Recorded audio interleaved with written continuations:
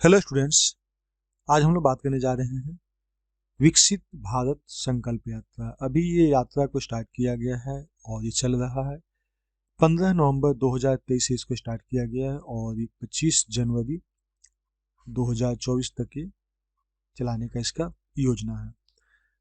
विकसित भारत संकल्प यात्रा है क्या? इसको लॉन्च किया गया था 15 नवंबर 2023 को ऑन द ओकेजन ऑफ जनजातीय गौरव दिवस। अब जनजातीय गौरव दिवस क्या है? जनजातीय गौरव दिवस इसलिए मनाया जाता है क्योंकि यही 15 नवंबर को बिरसा मुंडा का जन्मदिन भी है और साथ साथ झारखंड भी बिहार से अलग हुआ था, वो 15 नवंबर को ही हुआ था, 15 नवंबर 2000 को।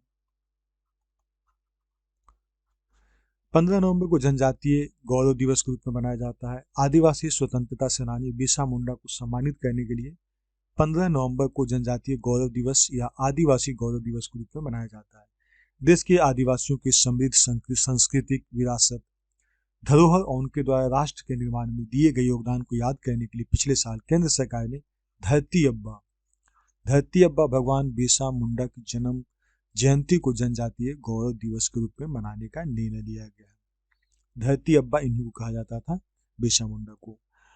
अभी जो विकसित भारत संकल्प यात्रा बेसिकली ये है क्या?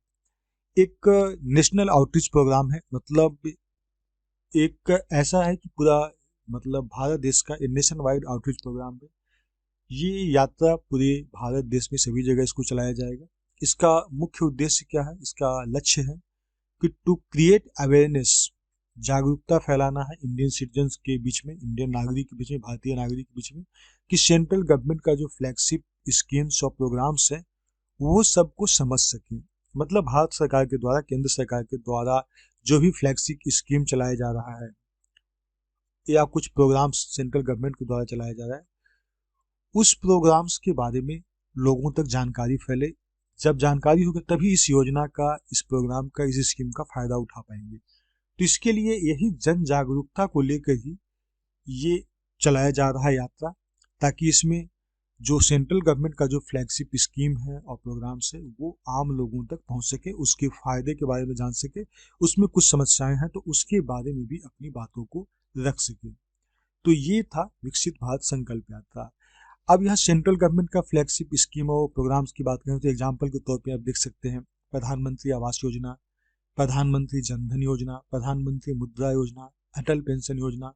उसके अलावा और हैं आयुष्मान भारत योजना, प्रधानमंत्री सुरक्षा बीमा योजना, स्वच्छ Bharat mission, skill India mission.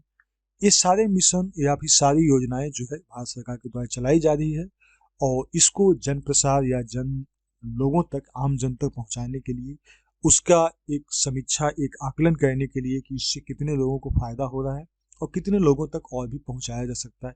अगर लोगों तक नहीं पहुंचा तो उसके पीछे क्या कारण है, उसको कैसे समाधान किया जाए, इन सब चीज़ों को वर्कआउट करने के लिए किया जाता है। यानी monitoring the delivery of welfare scheme benefits. मतलब इसका मुख्य उद्देश्य है कि सेंट्रल गवर्नमेंट के द्वारा स्कीम और प्रोग्राम है वो आम लोगों तक पहुंच सके और उसके साथ साथ डिलीवरी ऑफ वेलफेयर स्कीम, जो कल्याणकारी योजनाएं हैं, वो किस हद तक डिलीवर हो पा रहा है, कितना सक्सेसफुली लोगों तक पहुंच पा रहा है। तो ये प्रधानमंत्री के द्वारा स्टार्ट किया गया था विकसित भारत संकल्प यात्रा। विकसित भारत संकल्प यात्रा क्या है, इसके बारे में हम लोग थोड़ा और दैनिक भास्कर का एक क्लिप है जिसमें हम लोग देख लेते हैं। प्रधानमंत्री नरेंद्र मोदी ने 15 नवंबर को झारखंड की खूंटी से विकसित भारत संकल्प यात्रा की शुरुआत किया। यह यात्रा 2 महीने से ज्यादा चलेगी और 25 जनवरी तक देश भर के सभी जिलों को कवर किया जाएगा। पहली बार है कि आउटरीच और जागरूकता अभियान के दौरान सभी ग्राम पंचायतों को भी कवर किया जाएगा। 3700 से अधिक शहरी स्थानीय निकाय भी कवर किए जाएंगे। विकसित भारत संकल्प यात्रा के लिए IEC information, education and communication when तैयार किया गया है और इस वैन के थ्रू लोगों तक इसको संचार किया जा रहा है, पहुंचाया जा रहा है। यह वैन क्षेत्रीय भाषाओं में ऑडियो विजुअल, ब्रोशर, पम्फलेट और अन्य माध्यम से भी जानकारी पहुंचा रहा है। यात्रा के दौरान आयुष्मान भारत योजना जैसी केंद्र सरकार की 20 योजनाओं को लोगों को बताया जाएगा, उसके बारे में समझाया जाएगा, उसके फायदे के बारे में समझाया जाएगा, कैसे फायदा उठाया जाए और उसका आकलन भी किया जाएगा कि कितना आम जनों तक इसका पहुंच रहा है इफेक्टिव है, या कितना इसका इम्प्लीमेंटेशन सही से हो पाए, डिलीवरी सिस्टम कितना अच्छा है। यात्रा के दौरान स्वास्थ्य शिविर, आधार नामांकन जैसी ऑन द स्पॉट सेवाएं भी इसमें दी जाएगी। तो इस तरह से हमारा संकल्प विकसित भारत यानी विकसित भारत योजना का इस तरह का मिशन है। ऑब्जेक्टिव्स में इसका मुख्य उद्देश्य में हम लोग और कैलकुलेट करें तो reach out to the vulnerable people like SC and ST. SC and ST community के लोगों तक भी इसका पहुंच बढ़ा सके, क्योंकि वो सोसाइटी से कहीं ना कहीं थोड़ा अलग होते हैं, थोड़ा सा कटे होते हैं, मेन स्ट्रीम में नहीं जुड़े होते हैं। तो जो वल्नरेबल ग्रुप है, जो वल्नरेबल पीपल है, उन तक भी इस योजना का लाभ पहुंचाया जा सके ताकि इसका फायदा उठा सके। Spreading information about government schemes and creating awareness among public. तो पब्लिक के बीच में जो गवर्नमेंट स्कीम्स और उसके बारे में जागरूकता जो है उसको फैलाया जाए।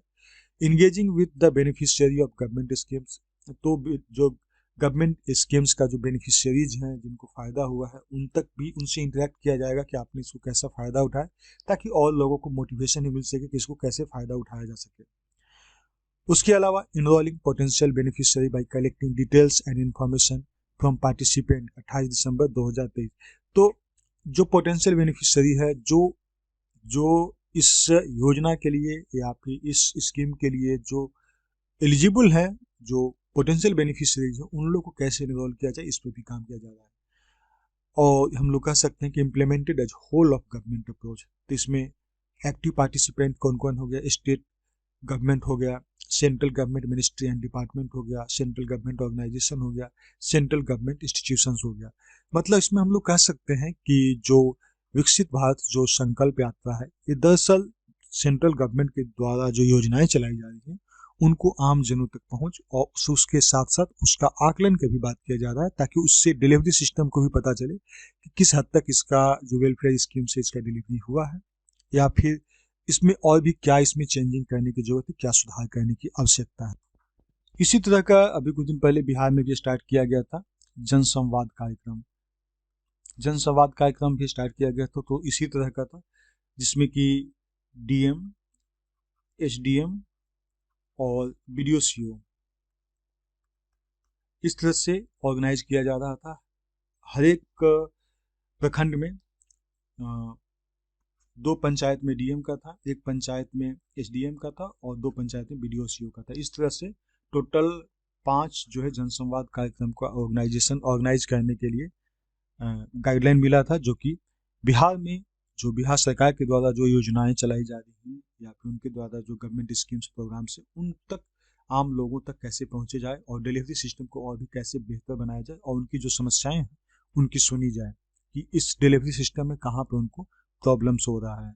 तो इस तरह से जो बिहार में चला गया था जनसंवाद कार्यक्रम, वही है इंडिया लेवल पे सेंट्रल गवर्नमेंट का विकसित भारत संकल्प यात्रा। तो तब तक के लिए धन्यवाद, थैंक यू।